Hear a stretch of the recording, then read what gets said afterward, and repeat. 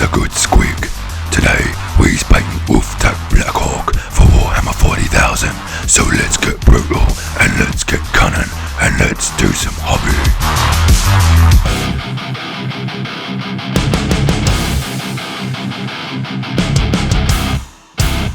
So here we have Ufthak Blackhawk, the star of the Black Library Brutal Kunnin book series.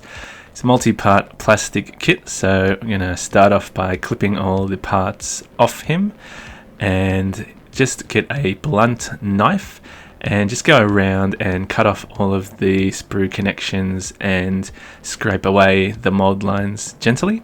Then I use Citadel plastic glue to assemble the model. All of the parts go together pretty easily, and these new kits, they try to hide the gaps as well as possible. So once he's together, there are a couple of gaps, mostly almost noticeably in his cloak, so I use some sprue goo to fill those gaps. And with Ufthak, he comes on a 50mm base, but I want to use him as a warboss in game. Warbosses come with 40mm bases, so you can see here that he mostly fits on pretty well, but Princess sticks over the edge of the base a little bit. So I'm going to just clip away a little patch of dirt that's on the front of Princess there, and then just cut it away so it looks like the little armor plate. And then I'm going to use just a piece of scrap metal, I think this is from the Octarius terrain, and give Princess a little platform to sit on, so it looks like that. Then I'm going to undercoat in Wraithbone and start off with Ufthak's flesh. I used 2 contrast paints, Plaguebearer flesh first to coat the whole model, or the skin parts of the model, and give a good sort of yellowy green base. And then for Ufthak, I decided to do Creed camo just to darken it down, and I mixed this with a bit of contrast medium just to make it a bit more translucent and lighter, because the box model is fairly light skinned. So that's what he looks like. Now for my character models, I want to do a little bit more, so I use some Ogryn camo and I just dry brush some of the parts where his skin might be thinner. So his lips, ears, elbows, knuckles, those kind of areas. Next, I'm going to use some Wraithbone to clean up any of the overspilled green paint. And then I'm going to do his leather parts. So the inside of his cloak first, I use some watered down skeleton horde, and then Gorgunter fur for the wrap of the Snazhammer. For his boots and belts and things like that, I used Garagak sewer.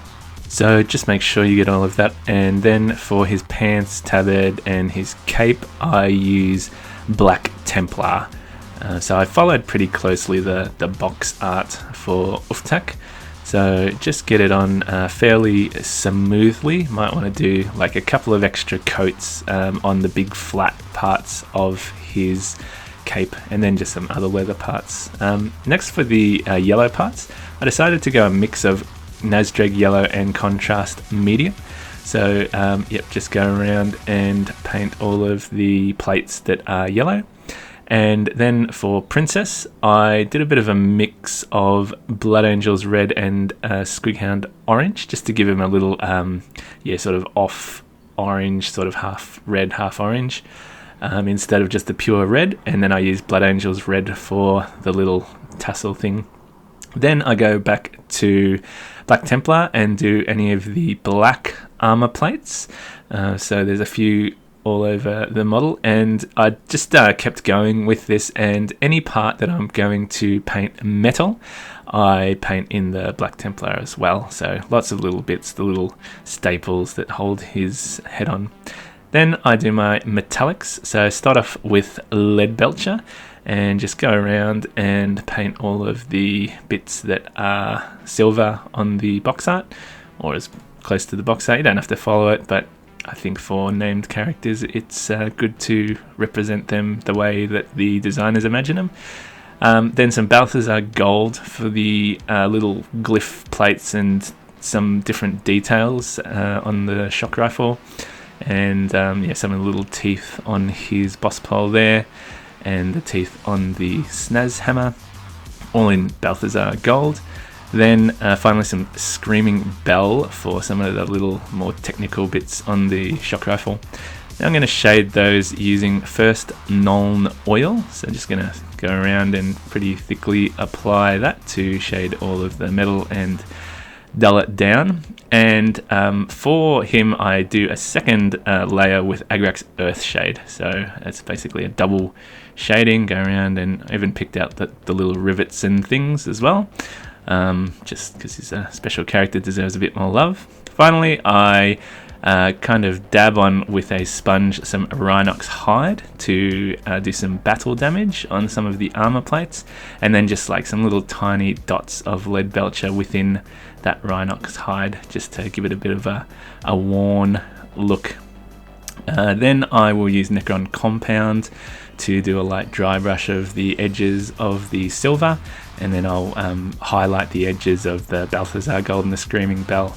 Next I use some colourful contrast for the little electrical cables, so I've got some Blood Angels red there, some Warp Lightning, and just to give some little pops of colour. I know the box art, they're all, I think, just Screaming Bell. I got some Talisar blue, which I also use to saturate Princess's little eye lens thing. And then some of that watered down Nazdreg yellow for the cables there. Next, for the Drukhari helmet, I did like a 50-50 mix of Black Templar and Achillean green. I thought that came out pretty well to give, like a Drukhari effect. And there's some little metal details here, so lead belcher for the little design on the Drukhari helm, and I missed Ufthak's gold tooth, so I just picked that out in gold. Next, Gilliman flesh for the bit of the head that's sticking out of the helmet. And now I'm going to use Skeleton Horde and Garagak Sewer. Just there's a couple of leather little bits that I needed to pick out that are just on the cables and on the boss pole. Then all the little teeth that are all over him, I use the Skeleton Horde to paint those as well as his fingernails and Princess's toenails. Then I'm going to use some purples for their lips and gums. So Princess Shyish purple for her gums, and then I use a Magos purple for her tongue. So just saturate that, get it looking good with some contrast. And for Ufthak I use some watered down Blood Angels red for his tongue. Then I go back with the Skeleton Horde and do the teeth once the gums are dry. So just go through and saturate those so they look a bit sort of yellowed. Then I do some Wraithbone edge highlighting on all the teeth too, just to give them a bit more contrast. So all the teeth, including Princess and Ufthak's there. Next I'm going to just add some extra tone to some of the parts of the model. So Druchi Violet to make the Drukhari head look a bit mottled. And then also I'm going to do that for Princess's little warts and bottom lip. And the bags under her eyes, and Ufthak's as well. And then Ufthak, I'll do the bottom of his lips and the bags under his eyes and the scar that holds his head onto his body as well. And then I just use some Karaberg Crimson as well, just for the Drukhari and just for his ear lobes as well, give a bit of a warmer hue to those. Next I'm going to do the eyes, so I base them in Ceramite white just to let them pop a little bit more. So the Drukhari eyes I do Flesh Terrors red, and for Princess I will do Iandin yellow, and for Ufthak it's Blood Angels red. So then the little extra details, so the cape, I'm going to do these kind of zigzaggy type of flames, so he's got like pretty thin zigzag flames, so I carefully paint those with Wraithbone and then use my thinned down Nazdreg yellow to fill all those in. So it's actually not too hard, and it just gives like that extra detail for Ufthak when you're looking at him from behind. Now I also just carefully tried to paint some hazard stripes on the yellow cable. Just be careful. I probably should have done the cables separately and then glued them on So last of all, I wanted to do like the little warp lightning effect on the shock rifle and the snaz hammer. So I thinned down some ceramite white and kind of saturated that in the areas where there's like the warp lightning effect.